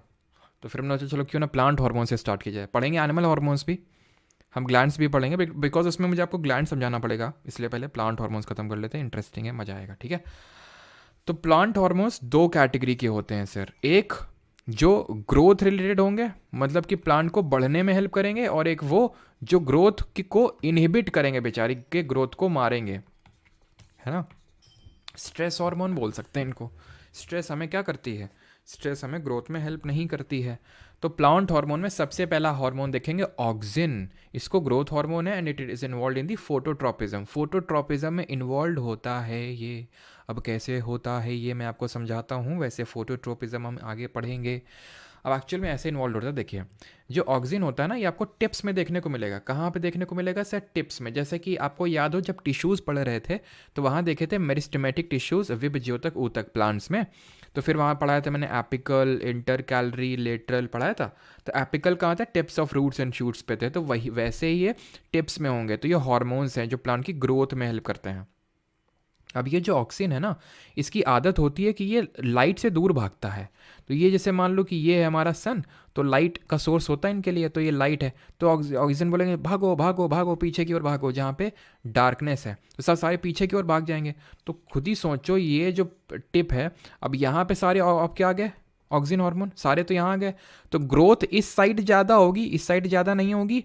तो जब इस साइड ग्रोथ ज़्यादा होगी तो प्लांट ऐसे करके झुक जाएगा, ऐसे करके झुक जाएगा लाइट की तरफ। इसी को बोलते हैं phototropism, that is movement towards the light. Clear? Oxygen कहाँ होता है? टिप्स में प्रेजेंट होता है, जैसे कि हमारा एपिकल मेरिस्टेमेटिक टिश्यू जहाँ पे होता है। जिब्रेलिन को कंपेयर कर सकते हैं आप इंटर कैलोरी। अगर देखिए सारी चीज़ें कनेक्टेड है, अगर आपने पीछे के लेक्चर नहीं लिए तो फिर आप बोलोगे इंटर कैलोरी क्या होता है, लिया है तो फिर आपके लिए कोई दिक्कत नहीं है। तो इंटर कैलोरी देखा था, इंटर कैलोरी नोट्स बीच बीच में प्रेजेंट है भाई। अगर बकरी आई खा गई ऊपर वाला, एपिकल नहीं रहा, तो इंटर कैलोरी तो ग्रोथ करवा देगा। तो वैसे ही जिब्रेलिन टाइप समझ सकते हो, बीच बीच में होता है, बीच बीच में। ये मतलब स्टेम में होता है सर, स्टेम में होता है ये प्रेजेंट। वो टिप्स में होता है, स्टेम में होता है। जैसे कि मान लो ये एक तना, ये एक मतलब नोड्स मान लेते हैं। मान लो मैंने 2 पॉइंट मार्क कर दिए स्टेम में, तने में। तो ये जो है धीरे धीरे दूर जाते जाएंगे, जो दूर जाते जाएंगे। रीज़न जिब्रेलिन, जो कि ग्रोथ हार्मोन है, जो कि बस प्रेजेंट अलग जगह होता है। जैसे ऑक्सिन है प्रेजेंट अलग जगह है, जिब्रेलिन अलग जगह है, दोनों रिस्पॉन्सिबल ग्रोथ के लिए हैं। जी से जिब्रेलिन, जी से जर्मिनेशन के लिए भी रिस्पॉन्सिबल होता है। जो जर्मिनेशन को मतलब बोलते हैं, जो सीड वगैरह का प्रोसेस होता है उसको हम बोलते हैं जर्मिनेशन। ठीक है, हिंदी में अंकुरण बोलते हैं, अंकुरित जो होता है। और फ्लावरिंग, जो फ्लावर्स वगैरह आते हैं वो भी जिब्रेलिन की वजह से ही आते हैं। जो आपका फ्रूट में इलोंगेशन होता है, फ्रूट इलोंगेशन, जैसे अगर मान लो कोई फ्रूट है, मान लो लगा है, मान लो कि सेब लगा है, ठीक है, संतरा लगा है, उसमें जिब्रेलिन छिड़क दो ऊपर से तुम, वो फ्रूट बड़ा हो जाएगा। बड़े बड़े तुमने हो सकता है फ्रूट देखे हो, आर्टिफिशियली भी किए जाते हैं, ऊपर से छिड़क दो तो फ्रूट बड़ा हो जाता है वो। ठीक है, अब आते हैं साइटोकिनिन पे। Cyto is the root word for cell, kinin is the root word for division. तो बस सर ये प्रमोट करता है सेल डिवीजन को। मतलब कि जो नई सेल आती है प्लांट में, न्यू सेल इन प्लांट्स, वो इसी हार्मोन की वजह से आ पाती है। जो हमारे प्लांट में ब्रांचिंग होती है ना, खूब सारी ढेर सारी शाखाएं देखने को मिलती है, वो भी इसी की वजह से ही, साइटोकिनिन की वजह से होती है। तो ये 3 हमारे ग्रोथ हार्मोन हो गए। अब आते हैं वो जो ग्रोथ को इनहिबिट करता है, and that is stress hormone, that is abscisic acid. बताने की ज़रूरत है नहीं, ग्रोथ को मतलब ग्रोथ को मारता है ये बस। ठीक है, and the last one is, जो कि एक गैसियस हार्मोन है। ना तो ये ग्रोथ करवाता है ना तो ग्रोथ मारता है। ये करता क्या है? ये करता है आपका इसका नाम है आपका इथाइलिन।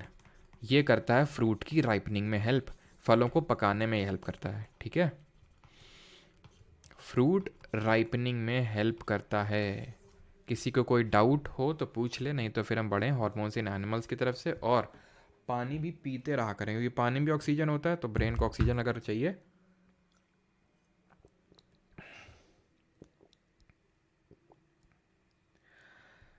मुशराफ हुसैन पूछ रहे हैं मेडुला ऑब्लोंगोटा एंड मिड ब्रेन के फंक्शन का डिफरेंस क्या है? मेडुला ऑब्लोंगोटा सारे एएनएस को कंट्रोल करता है, एक्सक्लूडिंग प्यूपिल का जो साइज वगैरह होता है, वो मिड ब्रेन का फंक्शन होता है। क्योंकि वो ऑडिटरी और सेंसरी चीज़ों के लिए रिस्पॉन्सिबल, ऑडिटरी और विजन के लिए रिस्पॉन्सिबल होता है, सुनते हैं और जो देखते हैं, उसको छोड़ के हार्ट बीट, रेस्पिरेशन, डाइजेशन, सब कुछ वो हमारा देखता है मेडुला ऑब्लोंगोटा।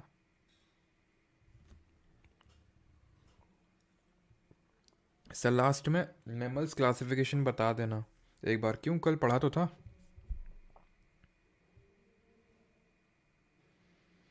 सर ब्रेन बड़ा छोटा था, बहुत जल्दी खत्म हुए।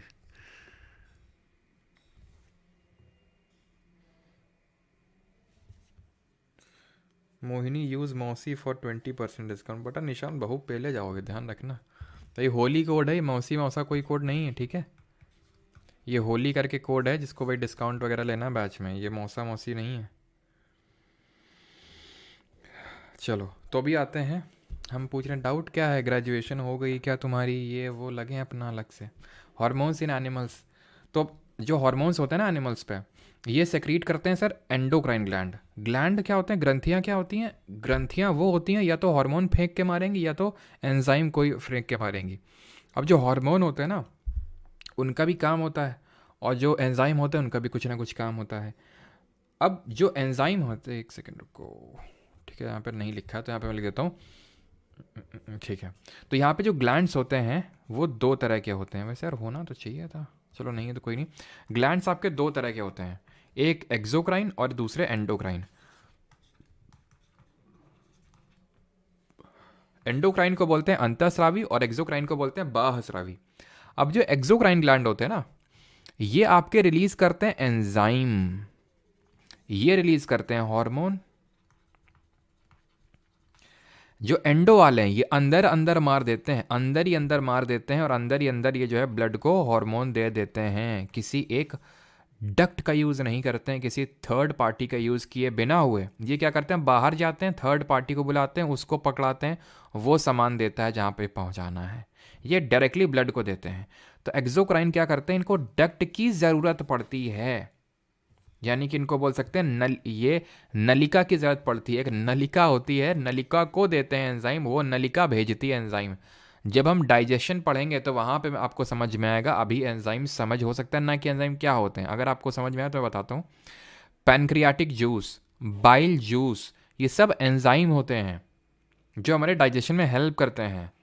वो जो भी रिलीज़ करते हैं इनको लिवर पैनक्रियाज, ये उसको डक्ट के थ्रू रिलीज़ करते हैं, डायरेक्टली ऐसे नहीं फेंक के मार देते हैं। एक डक्ट होती है, एक नलिका होती है, तो नलिका होती है, और ये डक्टलेस ग्लैंड होते हैं, ये डक्टलेस ग्लैंड होते हैं, ये नलिका विहीन ग्रंथियाँ होती हैं, ठीक है।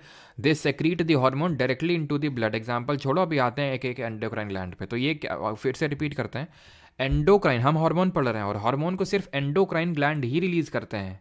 दो तरह के ग्लैंड होते हैं, ठीक है, एंडोक्राइन। एक्सो तो सिर्फ एंजाइम को रिलीज करते हैं, एक्सो एंजाइम को रिलीज करते हैं, ये डक्ट का यूज़ करते हैं, बाहर जाते हैं, ऐसे याद रखो, बाहर जाते हैं और डक्ट का यूज़ करते हैं ये, और ये अंदर ही अंदर मार देते हैं ब्लड को, सीधे अपना हार्मोन पकड़ा देते हैं ये। अब आते हैं जो हमारे डक्टलेस ग्लैंड है, दैट इज जो एंडोक्राइन ग्लैंड है, उसमें से पहला ग्लैंड देखते हैं, ये हमारा थायरॉक्सिन। थायरॉक्सिन को कौन रिलीज करता है, थायराइड ग्लैंड। ये हमारी लार्जेस्ट ग्लैंड नहीं है, लार्जेस्ट एंडोक्राइन ग्लैंड है, सबसे बड़ी अंतःस्रावी है, और जो सबसे बड़ी बाह्यस्रावी है, सबसे लार्जेस्ट एक्सोक्राइन ग्लैंड है, वो ओवरऑल भी लार्जेस्ट ग्लैंड है, एंड दैट इज लिवर, यकृत। वो हम पढ़ेंगे जब डाइजेशन पढ़ेंगे, तो लिवर की स्टडी को हिपाटोलॉजी बोलते हैं, क्यूपफर सेल्स होती हैं, पावर ऑफ रिजनरेशन, तो सारी चीज़ें पढ़ेंगे अभी, ठीक है वहाँ पे। अभी आपको इतनी ध्यान रखना है, इतनी चीज़ ध्यान रखना है कि it is the largest exocrine gland, thyroid gland, और ओवरऑल अगर पूछेगा तो हमारा लिवर है। ये गले में मौजूद होता है, बटरफ्लाई शेप का होता है ये, ठीक है। इसका शेप क्या होता है, इस तरह से होता है, थोड़ा सा इसका बटरफ्लाई शेप का होता है ये, ठीक है, इसका होता है आपका बटरफ्लाई शेप। कौन सा हार्मोन रिलीज करता है ये, थायरॉक्सिन हार्मोन को रिलीज करता है, ठीक है, थायरॉक्सिन हार्मोन को रिलीज करता है, ठीक है। जिनका ढंग से रिलीज नहीं होता है, या फिर जिन लोगों में आयोडीन की डेफिशिएंसी हो जाती है, तो उनमें हो जाता है ग्वाइटर डिजीज। ग्वाइटर को हिंदी में हम घेंघा रोग के नाम से भी जानते हैं। सर फालतू ये डाउट पूछते एकदम है ना। अब आते हैं दूसरे ग्लैंड पे, दैट इज पिट्यूटरी ग्लैंड। हाँ जी, इसमें आपका थायरॉक्सिन हार्मोन रिलीज होता है, और इसमें डिजीज भी होती है, एक मतलब अगर जैसे अगर कम प्रोड्यूस हो तो हाइपोथायरॉयडिज्म हो जाता है। हाइपो का मतलब कम होता है, और हाइपर का मतलब ज़्यादा होता है, ठीक है। हाइपो और हाइपर हमेशा ध्यान रखना, हाइपो का मतलब कम होता है, तो हाइपो एक होती है हाइपोथायरॉयडिज्म। जब थायराइड जो ग्लैंड है वो थायरॉक्सिन हार्मोन उतने ज़्यादा ना प्रोड्यूस करे, तो उसको हम ये बोल देते हैं हाइपो। ज़्यादा प्रोड्यूस करे तो हाइपर। अब आते हैं पिट्यूटरी ग्लैंड पे, पीयूष ग्रंथि पे। कौन कौन है यहाँ पे पीयूष नाम का बच्चा है, तो जो पीयूष ग्रंथि है वो हमारी, इसको मास्टर ग्लैंड बोलते हैं, ब्रेन में लोकेटेड होती है। मास्टर ग्लैंड इसलिए बोलते हैं बिकॉज ये सबसे इंपॉर्टेंट हार्मोन ग्रोथ हार्मोन को रिलीज करता है। तो जो हमारी ग्रोथ होती है ह्यूमन बॉडी की, वो इसी की वजह से होती है। अब दो चीज़ें हैं, अगर मान लो कि ये बहुत कम रिलीज हो, लेस क्वांटिटी में, या यानी डेफिशिएंसी हो जाए, या फिर इसका सरप्लस हो जाए यानी बहुत ज़्यादा रिलीज हो, तो दोनों चीज़ें गलत होती हैं। इसमें हमें डिजीज़ देखने को मिलती है, ड्वार्फिज्म, जिसको कि बौनापन बोलते हैं, और जो सरप्लस में ज़्यादा रिलीज़ हो जाता है तो उसको बोलते हैं एक्रोमेगली। याद ऐसे रखो, ये डिजीज़ का नाम बता रहा हूँ, एक्रोमेगली पूछा गया है, ठीक है। ऐसे इसको एक्रोमेगली को याद रखो खली से, क्योंकि खली में ये डिजीज़ है, द ग्रेट खली आपने नाम सुना होगा, वो उनमें ग्रोथ हार्मोन ज़्यादा रिलीज़ हो गए हैं, तो नॉर्मल से बड़े पंजे होंगे, नॉर्मल से बड़ा आपका फेस होगा, पूरा बॉडी होगा, नॉर्मल से बड़ा, उसको एक्रोमेगली बोलते हैं। तो गली खली, उससे उसको याद रखो, इंपॉर्टेंट है ये। अब आते हैं एड्रेनलिन ग्लैंड पे। एड्रेनलिन जो ग्लैंड होते हैं ये एड्रेनलिन हार्मोन को रिलीज़ करते हैं। कौन रिलीज़ करते हैं इनको? एड्रेनलिन ग्लैंड रिलीज़ करते हैं इनको। और ये होते कहाँ पे? ये किडनी में होते हैं, कैप साइज के स्ट्रक्चर के होते हैं, ऊपर होते हैं ये, और यही रिलीज़ करते हैं एड्रेनलिन ग्लैंड। ये रेगुलेट करते हैं ब्लड प्रेशर, हार्ट बीट, इनको इसीलिए हम फ्लाइट और फाइट हार्मोन के नाम से भी जानते हैं, यानी कि लड़ो या तो मरो हार्मोन के नाम से जानते हैं। क्योंकि फॉर एग्जांपल मान लो कि आपने देखा, ठीक है, ला ला ला ला ला हुआ हार्ट बीट बढ़ी, अगेन आपने इनके फादर को देखा साइड में, अगेन फ्लाइट और फाइट, बेटा भाग लो, या तो लड़ो या तो भाग लो, लड़ने की हिम्मत तो है नहीं तो भाग लो अब तुम। तो ये है आपका एड्रेनलिन ग्लैंड, दोनों केस में रिलीज़ हुआ, जब लाला लाला हुआ और जब भागने की बारी आई, तो दोनों में रिलीज़ हुआ। आप मान लो कि रात को एकदम, रात में जो है, रात के 2 बज रहे हैं, ठीक है, आप अभी जा रहे हैं, आपको मान लो हो सकता है कि बहुत ज़ोर से लगी है, तो आप जा रहे हैं एकदम पूरी नींद में, फुल नींद में, ठीक है, एकदम से आपको कुछ दिख जाए, आपकी ऐसी तैसी हो जाएगी, है ना। तो वहाँ पे एड्रेनलिन हार्मोन रिलीज़ होगा, फ्लाइट और फाइट। ऐसी केस में तुम क्या करोगे बताओ? आगे बढ़ोगे या बेड की तरफ जाओगे, बताओ जल्दी से।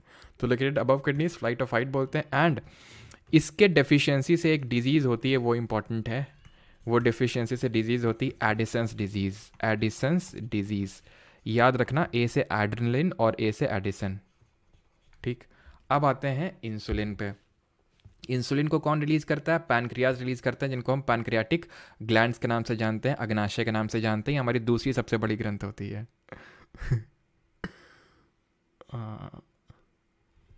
भाग के बेड पे चले जाएंगे और फिर वो जिस काम के लिए जा रहे थे वो सेक्रेटेड बाय पैनक्रियाज। तो अग्नाशय जो होते हैं ये सेकंड लार्जेस्ट ग्लैंड होते हैं हमारे, ठीक है। तो ये रिलीज़ करते हैं इंसुलिन, ठीक है। ये रिलीज़ करते हैं 2 hormone, insulin and glucagon. Insulin का काम होता है और ग्लूकागॉन का काम होता है रेगुलेट करना शुगर लेवल को ब्लड में।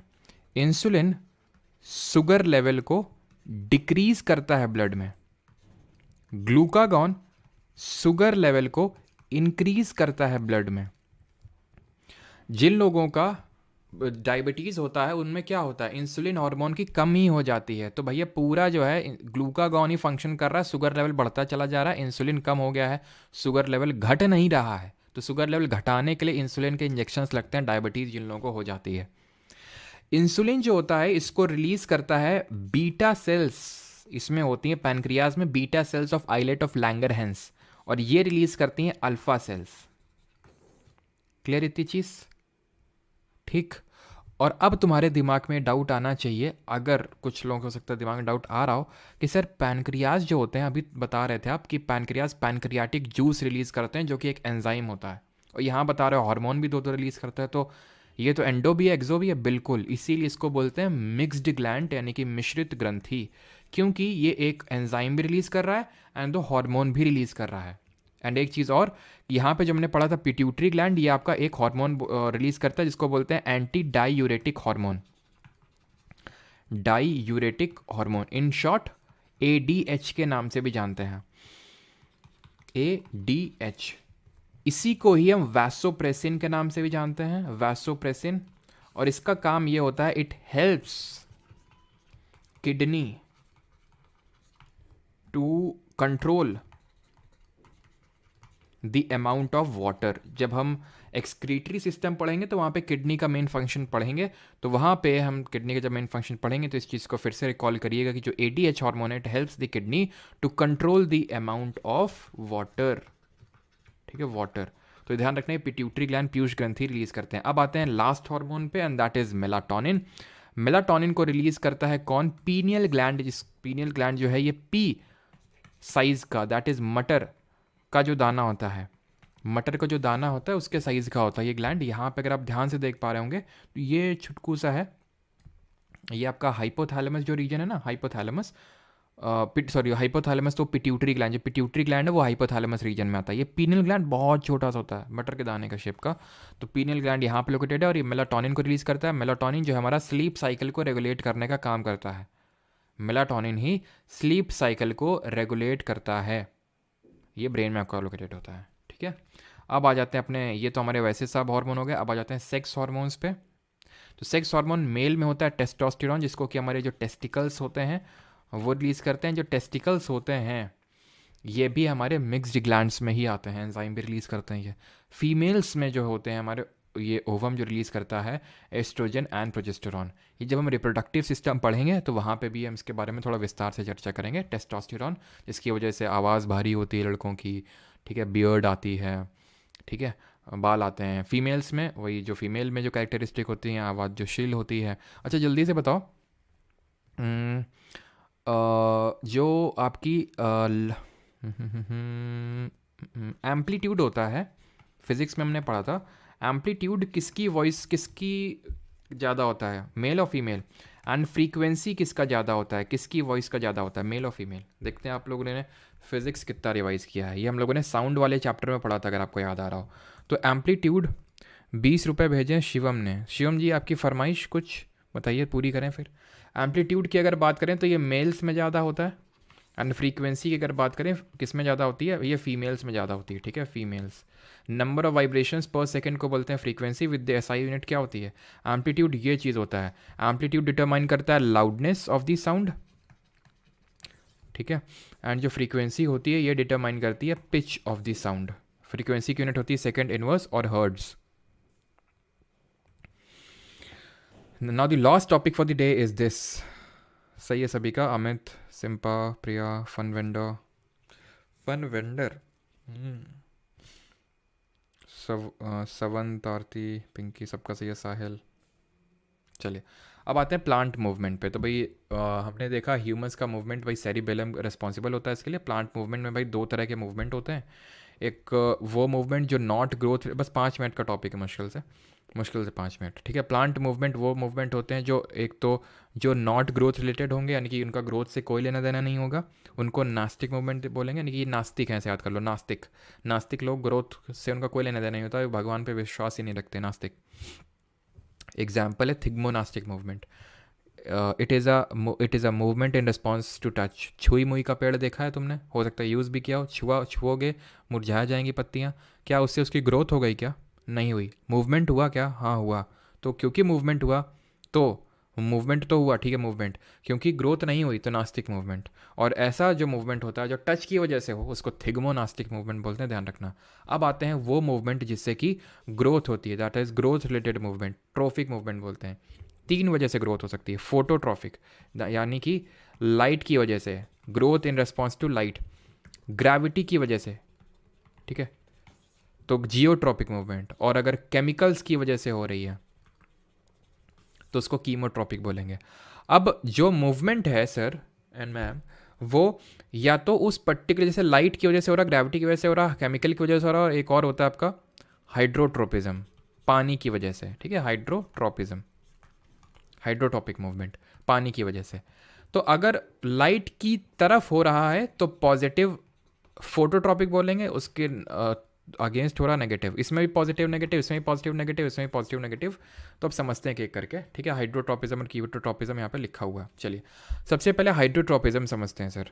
तो हाइड्रोट्रॉपिज्म का मतलब है रिस्पॉन्स टू वाटर। पानी कहाँ होता है सर? नीचे होता है। अब यहाँ पे नीचे तो पानी होता है, ठीक है, तो जो पानी की तरफ मूव करेगा, भाई पानी पानी कहाँ हो तुम, पानी कहाँ हो तुम, तो उसको हम बोलेंगे वो पॉजिटिवली अट्रैक्टेड है टुवर्ड्स दी वाटर, तो that will be said to as positive hydrotropism. और जो उसके अगेंस्ट जाएगा कि चले जाओ मेरी नज़रों के सामने से, तो उसको हम बोलेंगे नेगेटिव हाइड्रोट्रॉपिज्म। जैसे कि यहाँ पे रूट्स की बात करें तो रूट्स तो चाहती हैं कि वो जितना जल्दी से जल्दी पानी के पास पहुँचे। तो ये देखो, अगर पानी नीचे था तो नीचे जा रही थी, पानी उधर गया तो पानी उधर भाग रही हैं। ये मूवमेंट करती हैं वाटर के रिस्पॉन्स में, वो पानी की तरफ जाना चाहती हैं। तो इसको बोलते हैं positive hydrotropism, that is roots grow straight towards the water. वहीं शूट की अगर बात करें तो ऊपर जा रही यानी कि पानी के अगेंस्ट जा रही है, नेगेटिव हाइड्रोट्रॉपिज्म। अभी आ जाते हैं फोटोट्रॉपिज्म पे। तो फोटोट्रॉपिज्म हमने पढ़ा था, फोटोट्रॉपिज्म में क्या होता है, जैसे लाइट आती है तो लाइट की तरफ हमारा मूवमेंट करता है। अब यहाँ पे आप देख पा रहे हो ऑक्सीजन कहाँ पे मूव करते हैं, अवे फ्रॉम द लाइट। जहाँ पे ऑक्सीजन होंगे वहाँ पे ज़्यादा ग्रोथ होगी। अब क्योंकि इस साइड ज़्यादा ग्रोथ हो गई तो पेड़ झुक गया इस तरफ, ये था पेड़, ये थे ऑक्सीजन, यहाँ से लाइट, ऑक्सीजन बोले चलो भैया उधर चलो डार्क साइड में, यहाँ पे ज़्यादा हुई ग्रोथ, झुक गया। किसकी तरफ झुका, लाइट की तरफ झुका। तो क्या हुआ, क्या हुआ, पॉजिटिव फोटोट्रॉपिज्म, फोटोट्रॉपिज्म। और अगर ये अगेंस्ट हो, अगेंस्ट किसका होगा, इनका, जड़ों का। जड़ नीचे भाग रही है, सूरज लाइट ऊपर है, ये लाइट की तरफ भाग रहा है, जड़ नीचे भाग रही है। तो रूट कैसा शो करेंगी, roots will show negative phototropism. चल क्यों नहीं रहा भाई, roots will show negative phototropism, और जो पॉजिटिव है ये दिखाएंगे हमारी शूट्स या फिर स्टेम। जियोट्रोपिज्म, ग्रेविटी के रेस्पॉन्स पे जो मूवमेंट होता है उसको हम बोलते हैं जियोट्रोपिज्म। तो ऑब्वियस बहुत आसान है गेस करना भाई, ये ग्रेविटी नीचे की तरफ बुला रही है, आ जाओ सब लोग नीचे आ जाओ, हमारे पास आ जाओ। रूट बोल दे आ रहे हैं, नीचे ही तो आ रहे हैं, काहे मरे जा रहे हो। ठीक है, तो इसको बोलते हैं पॉजिटिव जियोट्रोपिज्म। शूट अगेंस्ट चलती, इसके शूट अगेंस्ट चलती तो negative geotropism. And response to chemicals is called as chemotropism. अब ये पॉलन वगैरह भी आपको समझ आएगा नहीं क्योंकि पढ़े नहीं है, तो इसलिए अभी आप इसको मत समझो, बस इतना समझ लो, अगर केमिकल के तरफ मूवमेंट हो रहा है तो पॉजिटिव कीमोट्रोपिज्म, अगेंस्ट हो रहा है तो negative chemotropism, because pollen ovules अभी मैंने आपको पढ़ाया नहीं है। ठीक है, चलिए भाई, तो लेक्चर होता है ख़त्म। अब कर लेते हैं कुछ थोड़े बहुत क्वेश्चंस और उसके बाद छुट्टी। कलर लेके आए हो कि नहीं सब लोग, हैं क्या ऐसे ही आ गए हो, कलर वगैरह तो लेके आए होगे ना आज। करो question, which part of the brain is instrumental in making it possible for a person to perform an activity such as picking up a pencil from the floor. कौन सा होगा, नहीं लाए, ओ शिट।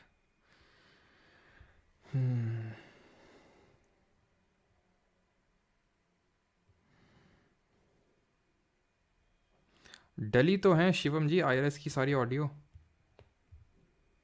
मंडे ऑफ है ना sir, हाँ Monday तो of रहेगा, बाकी करना है तो कर सकते हो अगर बोलो तो।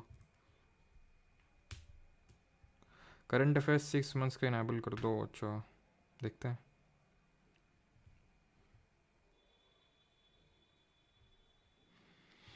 चलिए, तो बी आंसर दे रहे हैं, बिल्कुल बी सेरिबेलम होगा। किसी कोई दिक्कत तो नहीं है सर, क्योंकि ये मूवमेंट के लिए रिस्पॉन्सिबल होता है, तो ये मूवमेंट पोजीशन ये सब इसके लिए सेरिबेलम रिस्पॉन्सिबल होता है। हाइपोथैलेमस किसके लिए, हंगर थर्स्ट इन सब के लिए। सेरेब्रम मेमोरी एंड क्रेनियम ये तो हमारी वो होती है ना, अरे बोन्स, क्रेनियल बोन्स और फेशियल बोन्स। क्रेनियल 8 होती हैं, फेशियल 14 होती हैं। विच part of the human brain is responsible for walking in a straight line. सीधे स्ट्रेट लाइन में तुम, अगर मैंने बोला चलो और तुम नहीं चल पाए, इसका मतलब है कि तुम चढ़ा के आए हो, मतलब तुम्हारा सेरिबेलम अफेक्टेड है। पॉन्स क्या करता है, कनेक्ट करता है किसको, ब्रेन से स्पाइनल कॉर्ड को कनेक्ट करने का काम होता है पॉन्स जी का, ये कनेक्ट करते हैं। सेरिब्रम मेमोरी के लिए रिस्पॉन्सिबल होते हैं हमारे। एंड अगर हम बात करें मेडुला तो वो ANS, automatic nervous system, heart beat, respiration, digestion, इसको कंट्रोल करता है। The sensation of feeling full is because of the centre associated with the hunger which is in a separate part of the. तो hunger, thirst, ये सब कौन associated होता है sir, ये होता है हमारा हाइपोथैलेमस। हाइपोथैलेमस कहाँ पे आता है, फोर ब्रेन में आता है। 3 पार्ट होते हैं, cerebrum, hypothalamus and thalamus. Thalamus pain sensation इसके लिए रिस्पॉन्सिबल होता है। हिंड जो मिड ब्रेन होता है वो सबसे छोटा पार्ट ऑफ द ब्रेन होता है, बिकॉज सबसे बड़ा फोर ब्रेन, देन पीछे वाला, देन बीच वाला। तो जो मिड वाला होता है दैट इज़ बीच वाला, तो वो हमारा पीपल का साइज कंट्रोल करता है एंड विजनरी और ऑडिटरी चीज़ों को कंट्रोल करता है। Our brain mainly depends on which of the following foods. किस फूड पे डिपेंड करता है, तो मैंने आपको बताया था कि जितना भी 20% हमारा ग्लूकोज है वो यही लेता है। ठीक है रविंद्र कुमार 100 जी, 6 मंथ का इनेबल कर देंगे। एक्चुअली होता ही है ना 6 मंथ का, जैसे मान लो कि कुछ चेंज करना है, ठीक है, 6 महीने बाद। अब जैसे मान लो आपने 6 महीने का सब्सक्रिप्शन ले लिया, अब मुझे फ़ीस घटानी बढ़ानी है तो फिर आप लोग वो बोलोगे ना, हमने तो ले लिया 6 महीने का, अब हम क्या करें, तो वो थोड़ा सा हो जाता है, इसलिए चलो नहीं होगा तो कर देंगे। Our brain depends switch food, तो आंसर होगा ग्लूकोज चाहिए इसको, तो एनर्जी देते रहा करिए, लेकिन वो बताने की तुम्हें ज़रूरत है नहीं, वो तो तुम देते रहते होगे continuously. Not the part of in brain, पानी नहीं पीते होगे तुम लोग, है ना, पानी नहीं पीते होगे, डीप ब्रीथ नहीं करते होगे, पियो। Not a part of the hind brain, तो पॉन्स, मेडुला, सेरेबेलम, हाइपोथैलेमस। तो अगर हम बात करें तो यहाँ पे not a part of hind, पीछे का, तो जो हमारा हाइपोथैलेमस होता है ये फोर ब्रेन का पार्ट होता है, which is responsible again for regulating the inner body temperature, hunger, thirst. करिए सर क्वेश्चन को, सर ये ब्रेन की डिजीज से क्वेश्चन है, which of the following is a degenerated disorder of the brain and one of the several conditions that cause dementia, a progressive decline of mental functioning, sorry function resulting in the memory loss and confusion. बताइए, schizophrenia, Alzheimer's disease, amnesia, या फिर concussion. तो इसका answer होगा schizophrenia, option number B, sorry option number A. ये एक तरह का जनरेटिव डिसऑर्डर है जिसकी वजह से लोगों को डिमेंशिया हो जाता है। डिमेंशिया एक तरह का लॉस ऑफ मेमोरी है, अमनीशिया भी लॉस ऑफ मेमोरी है, but dementia is a bigger term, मतलब इन द सेंस कि इसमें लॉस ऑफ मेमोरी नहीं सिर्फ होता है, बल्कि चीज़ें याद रख पाना और भी तरह के उसी से चीज़ें एसोसिएटेड, मतलब और थोड़े ज़्यादा डिसऑर्डर्स होते हैं डिमेंशिया में एज़ कम्पेयर टू अमनीशिया। तो dementia is a bigger term. तो डिमेंशिया जो है जनरेटिव डिसऑर्डर जिसके से डिमेंशिया होता है, that is called schizophrenia. Question number, और इसको पता है डुअल पर्सनैलिटी, सॉरी मैं क्या बोल रहा हूँ, ये अल्जाइमर डिजीज़ होता है आपका, ठीक है, अल्जाइमर डिजीज़ होता है। स्किज़ोफ्रेनिया जो होता है इसको हम डुअल पर्सनैलिटी डिसऑर्डर बोलते हैं, ठीक है। डुअल पर्सनैलिटी का मतलब ये होता है, डुअल पर्सनालिटी डिसऑर्डर का मतलब ये होता है कि भाई आप आपने पता नहीं देखा है कि नहीं देखा है, कुछ लोग होते हैं जैसे चलो मैं आपको एग्जांपल, जैसे कुछ लोग होते हैं कि कभी एकदम से कुछ रिएक्ट करेंगे, बहुत खुश होंगे, कभी एकदम से दुखी हो जाएंगे, कभी बहुत खुश, कभी एकदम, मान लो तुम्हारे साथ अपरिचित मूवी देखी तुम लोगों ने, अपरिचित, उसको बंदे को स्किज़ोफ्रेनिया था उस मूवी में, कि मतलब एकदम से खुश एकदम से दुखी, उसको बोलते हैं, ठीक है, अल्जाइमर डिसीज का सही आंसर होगा ऑप्शन नंबर बी। अगला question, identify the type of cell that is long and branched. कौन सी जो कोशिका होती है वो लंबी होती है और उसमें शाखाएं निकली होती हैं। तो अभी हमने देखा था ट्री से किसको कंपेयर किया था, हमने कंपेयर किया था नर्व सेल को, ऑप्शन नंबर है। ग्लैल सेल्स भी होती है, न्यूरॉन इनको बोलते हैं। न्यूरॉन में क्या होता है, ये डेंड्राइट होती है, देन सेल बॉडी, साइटॉन होती है, न्यूक्लियस होता है, एक्सन होता है, एक्सन में माइलिन शीथ होती है, यहाँ पे क्या होते हैं, नोड ऑफ रैनवियर होते हैं, ठीक है, एंड श्वान सेल्स होती हैं जिसकी वजह से ये बनता है आपका, एंड देन यहाँ पे होता है हमारा एक्सन टर्मिनल, सॉलिड। चलिए आगे बढ़ते हैं सर। अच्छा बताइए, आरबीसीज कहाँ पे बनती हैं, कहाँ ख़त्म होती हैं, एंड आरबीसीज का टाइम पीरियड कितना होता है, आरबीसीज का शेप क्या होता है। बैच में let's make it easy, current affairs magazine included नहीं है, बैच वालों को अलग से डिस्काउंट है, एसएससी कोड का यूज़ करेंगे वो लोग करंट अफेयर बैच में, तो उनको लिए अलग से डिस्काउंट है। आधा सिर दुखता, दो इसमें सुरभि, किस में भाई, जेके रॉलिंग, उसको माइग्रेन बोलते हैं। बिल्कुल सही, स्प्लीन, बिल्कुल सभी लोग को इसका आंसर करो। तो ये बनता बोन मैरो में, ख़त्म स्प्लीन, जिसको स्प्लीहा बोलते हैं, स्प्लीन में क्योंकि ख़त्म होता है इसीलिए इसको ग्रेव यार्ड ऑफ आरबीसी के नाम से जानते हैं। अरे यार तुम लोग जा रहे हो यार, हम सोचे तुम लोग के रंग वंग लगाएंगे, लेकिन वही है, खैर इमोशनल कर देते हो तुम लोग, आंखों में आंसू आ गए मेरे, ठीक है, छोड़ो। ग्रेव यार्ड इनको बोलते हैं, grave yard of RBCs. And RBCs की अगर बात करें तो बाई कॉनकेव शेप होता है, फिर डिस्क टाइप का शेप होता है, एंड लाइफ स्पैन की बात करें रफली 120 डेज़ का इसका लाइफ स्पैन होता है, ठीक है। और डब्ल्यू बी सीज का होता है 20 से 30 दिन का, और सबसे ज़्यादा होती हैं R B Cs, W B Cs और प्लेटलेट्स में। Dendrites and axons are which part of the cell, तो ये होते हैं न्यूरॉन के। नेफ्रॉन किडनी का बेसिक यूनिट होता है, वो हम पढ़ेंगे वहाँ पे। अच्छा डब्ल्यू बी सीज का मेन फंक्शन क्या होता है, ज़्यादा क्वेश्चन नहीं है आज, बस थोड़े से ही ब्रेन से ही क्वेश्चन है, एक्चुअल में वो हार्मोन के क्वेश्चन में रख नहीं पाया, ठीक है, तो कभी और कर लेंगे। तो ब्रेन के मेनली क्वेश्चन इसमें। Hypothalamus, a small region of the dash, plays a crucial role in many important function of the body. तो हाइपोथैलेमस किसका पार्ट है, आसान सा क्वेश्चन है, ब्रेन। 1873 में who publish the first photograph of nerve tissue stained with the black reaction technique describing a whole nerve cell. तो किसने describe किया था पूरे नर्व सेल को, यानी सबका सही है। सी जे के लिए करंट अफेयर कराऊंगे भाई, अभिषेक जी कराएंगे, अभी उसके लिए करवाएंगे सी पी और जे के लिए कॉमन करवाएंगे। वैसे सी पी और जे के लिए अलग अलग लेक्चर्स होंगे, पॉलिटी, ज्योग्राफी, हिस्ट्री इनके, बट जो लोग बैच में उनका रिवीजन आप लोगों का इससे होना है। देखो जो लोग सीजल की प्रिपरेशन कर रहे हैं, तो अभी मैं अप्रैल के महीने में सीपीओ वालों को टारगेट करते हुए पॉलिटी के जो क्वेश्चन सीपीओ में पूछे गए हैं, ज्योग्राफी, हिस्ट्री, स्टैटिक्स, साइंस, इनके करवाऊंगा, ठीक है। सिमिलरली ऐसे मई में भी मैं करूँगा, ठीक है। तो आप लोग उसको एज अ रिवीजन के तौर पर लेना, बिकॉज आपकी चीज़ें हो चुकी हैं, तो आपका वहाँ से रिवीजन होगा। एंड देन उसके बाद हम पीवाई की सीरीज़ पार्ट 4 स्टार्ट करेंगे, एंड सीपीओ एंड जे के लिए कॉमन करंट अफेयर्स आएंगे, कॉमन करंट अफेयर्स वीडियो आएगा, ठीक है। क्लियर होएगा। तो अब यहाँ पे अगर बात करें तो ये कैमिलियो गोल्गी, जिन्होंने गोल्गी apparatus डिस्कवर किया, तो उन्होंने ही न्यूरॉन नर्व सेल के बारे में बताया था, ठीक है। ब्रेन, यहाँ पे मैंने WBCs का फंक्शन पूछा था, ये डिफेंस मैकेनिज्म प्रोवाइड करता है, तो कोई भी अनवांटेड चीज़ आ जाती है तो उसको मारने में काम करता है। RBCs हमारे ऑक्सीजन की सप्लाई करते हैं, बिकॉज इसमें हीमोग्लोबिन में हीम नाम का एक कंपाउंड होता है which is high affinity for the oxygen, iron उसमें होता है आपका। अब गोल्गी एक बार बात करें, गोल्गी apparatus हमने पढ़ा था, जिसका मेन काम होता है पैकेजिंग डिस्पैचिंग का, तो इसीलिए हम इसको क्या बोलते हैं, विलियम हार्वे ने जो है ब्लड सर्कुलेशन की खोज करी थी, ब्लड सर्कुलेशन, ठीक है। अच्छा बताओ जल्दी से, गोल्गी apparatus को हम किस नाम से जानते हैं? 11th, what is the largest part of the human brain? तो लार्जेस्ट पार्ट क्या है ह्यूमन ब्रेन का? हम सभी जानते हैं सेरिब्रम, 2/3 पार्ट है। अब यार इतने क्वेश्चन आप कर लोगे, ठीक है। 8 क्वेश्चन आपके लिए होमवर्क के लिए। थर्मो रेगुलेशन के लिए कौन रिस्पॉन्सिबल होता है? थर्मो रेगुलेशन का मतलब क्या होगा? अंदर का जो टेम्परेचर होता है, तो हाइपोथैलेमस आंसर होगा, ठीक है। तो आप कर सकते हैं। एंड बाकी उसको बोलते हैं हम post office of the cell, Golgi apparatus को, राइट। चलिए, थैंक यू टू ऑल। ख़त्म होता है हमारा लेक्चर। भूमिका गुप्ता सही है, पोस्ट ऑफिस अंकिता साहू, सुबोजीत नस्कर सही है, कोमल मयंक। डिस्काउंट कब तक रहेगा? प्रदीप्ता मोन, प्रदीप्ता यार कोशिश है कि अगले 2 दिन तक तो रहे, लेकिन पता नहीं, ठीक है। होली के बाद तो नहीं रहेगा, ऑब्वियस है। केमिस्ट्री करवाएंगे आप? अरे क्यों नहीं करवाएंगे यार, हैं? केमिस्ट्री क्यों नहीं करवाएंगे? और हाँ भाई, आज जो है, आज डिस्ट्रीब्यूशन किया था, you would be glad to know, है ना। बच्चों को कलर्स दिए थे काफ़ी सारे, एंड बच्चों को पिचकारी को इंग्लिश में क्या बोलते हैं, किसी को पता है? पिचकारी दी थी बच्चों को आज, ठीक है। काफ़ी सारे, आज 2 स्कूल में दिया था। पिछले वाला दिया था जो बुक्स वगैरह जो दिया था, एक स्कूल में था। आज 2 गवर्नमेंट स्कूल में दिया गाँव में, ठीक है। उसकी फ़ोटो एंड वीडियो पोस्ट करेंगे टेलीग्राम पे, है ना। तो परमार SSC टेलीग्राम पे वो पोस्ट करेंगे, नहीं को तो यूट्यूब पे देखते हैं, अगर वीडियो आ जाएगा शॉर्ट वीडियो के फॉर्मेट में तो पोस्ट करेंगे ना। आप लोगों को भी तो थोड़ा अच्छा फील हो, है कि नहीं?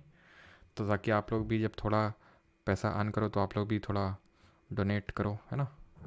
मतलब डोनेट इन द सेंस इस तरह से, वैसे तो मैं नहीं बोलता हूँ कि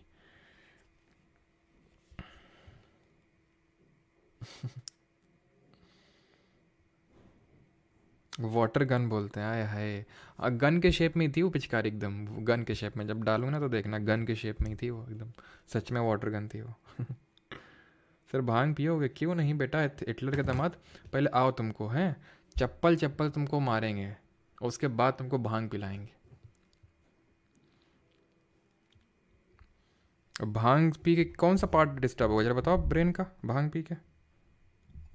जब वाटर गन बोलते हैं, पहली बार हमको पता चला वाटर गन बोलते हैं। वाटर पानी, गन मतलब बंदूक, पानी की बंदूक है, पिचकारी बोलो सीधे।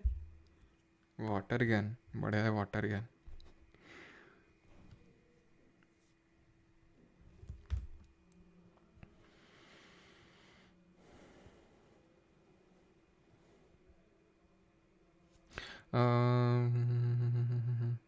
कोलैप्स अर्थक्वेक क्या होते हैं सर? एक मॉक में आया था, कोलैप्स अर्थक्वेक होते हैं जैसे माइनिंग वगैरह होती है ना, माइनिंग वगैरह या फिर करते वक्त, तो अंडरग्राउंड माइंस में जब छोटा सा एक अर्थक्वेक आता है, क्योंकि ब्लास्टिंग किया था, मैंने आपको 2 तरह के अर्थक्वेक पढ़ाए थे, natural and artificial, that is man made. तो मैन मेड या फिर एंथ्रोपोजेनिक, एंथ्रोपोजेनिक का मतलब होता है मैन मेड, ठीक है, एंथ्रोपोजेनिक। तो भाई जब ये विस्फोट हुआ तो अंदर की जो चीज़ ढह गई उसको बोलते हैं कोलैप्स, उसकी वजह से जो कर गया। अब मॉक में तो यार कुछ भी पूछते हैं, तो ज़्यादा लोड मत लिया करो, ठीक है। जितना हम करवा रहे हैं उतना आप करते रहो बढ़िया से ना। हैप्पी बर्थडे, अच्छा रुक जाओ बेटा। सर गल दो रंग लगाना है, अच्छा। हंसदे चेहरिंदे का मतलब ये नहीं होता कि कोनो तकलीफ नहीं होती, कुछ ऐसा है ना, तो बस। पौवा पियोगे सर? हाँ, सबकी अलग अलग डिमांड आ रही, पिलाएंगे तुमको, मिलो तो एक बार तुम। कल रेलवे का PYQ होगा, कल रेलवे का PYQ क्यों होगा भाई? कल संडे है, हैं? हमको भी किसी के रंग लगाना है।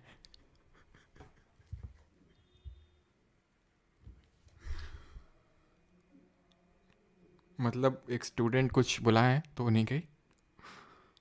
हाँ जी। मैगज़ीन का कोड एसएससी है, जो लोग बैच में हैं तो एसएससी कोड का यूज़ कर सकते हैं।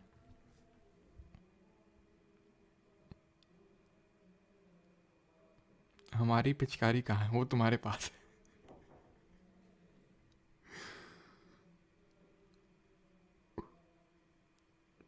सर फेज 12 का करंट अफेयर वो कॉमन ही होगा, अतूफ़ा मलिक कॉमन ही होगा सब में ना।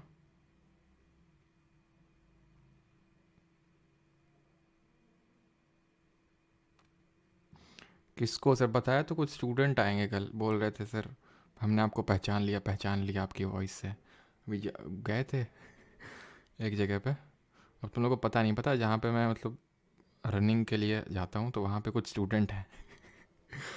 बेचारों को पता नहीं, एक दिन डिस्कस कर रहे थे परमार सर कानपुर गई है, हम बगल में घर में, अच्छा कानपुर गई है, सर की शादी हो चुकी है। अच्छा ये कब हुआ भाई? अच्छा नवस्ता से हो।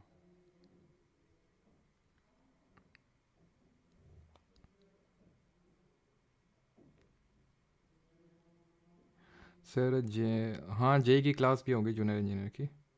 सर थोड़ा बात कर लिया करो यार। अच्छा तो ये बात ही कर रहे हैं, हाँ।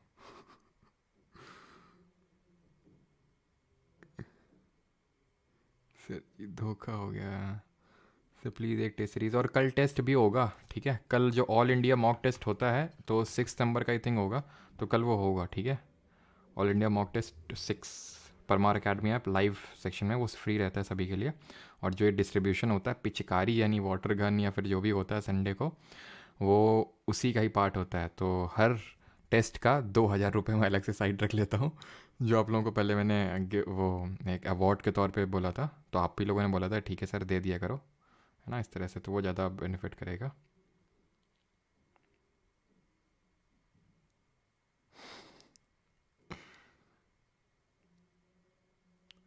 अब तुम लोग आ जाओ अगर आ सकते हो तो, होली खेलते हैं फिर। हाँ लेकिन तुम लोग चेहरा देख लोगे फिर मेरा, फेस रिवील हो जाएगा मेरा, और ऐसे हम करेंगे नहीं।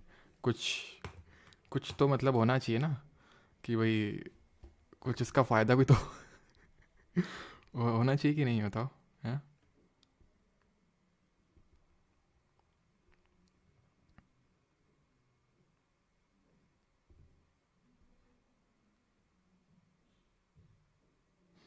हाँ सिलेक्शन के बाद तो सबको भी होता है, जो लोग सिलेक्शन ले चुके हैं उनको तो फेस रिवील किया गया है, वो आप उनसे पूछ सकते हो अगर आपके कोई कांटेक्ट में हो तो। चलो भाई थैंक यू सभी को, अरे मजाक कर रहा था भाई। हम्म, कल दबा के सोएंगे एकदम, हमारे कानपुर यार लैंग्वेज में बोले तो कल लपक के सोएंगे एकदम। लपक कपक के नहीं यार, कल थोड़ा काम है ठीक है। चलो तो थैंक यू सभी को, मिलते हैं ट्यूसडे को अभी ठीक है। ट्यूसडे को मिलेंगे, मंडे कल तो संडे है, और ट्यूसडे आज क्लास इसलिए थे बिकॉज मंडे को क्लास हुई नहीं थी, एंड मंडे को होली है, तो हैप्पी होली सभी को। होली ठीक है। अब शायरी वारी आती नहीं, मन तो करता है अंदर से बोलने को लेकिन आती नहीं है, फिर ऐसा डर लगता है कि कहीं बीच में अगर एकदम वो कर गया तो फिर बेइज्जती अलग से हो जाएगी, इसीलिए शायरी हम मारते नहीं ज़्यादा ठीक है। तो हैप्पी होली बस आपके लिए, है ना। Thank you.